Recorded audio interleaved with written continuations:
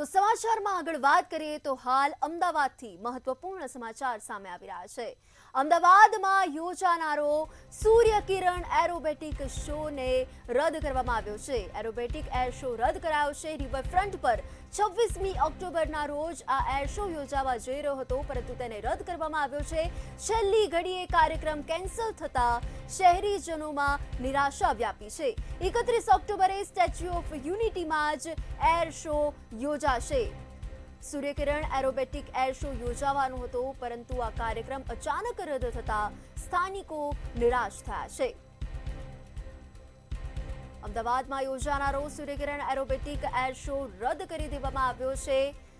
Riverfront પર 26મી ઓક્ટોબરના રોજ air show યોજાવા જઈ રહ્યો હતો, પરંતુ આ શોને રદ કરવામાં આવ્યો છે। છેલ્લી ઘડીએ આ કાર્યક્રમને રદ કરવામાં આવતા શહેરીજનો નિરાશ થયા છે।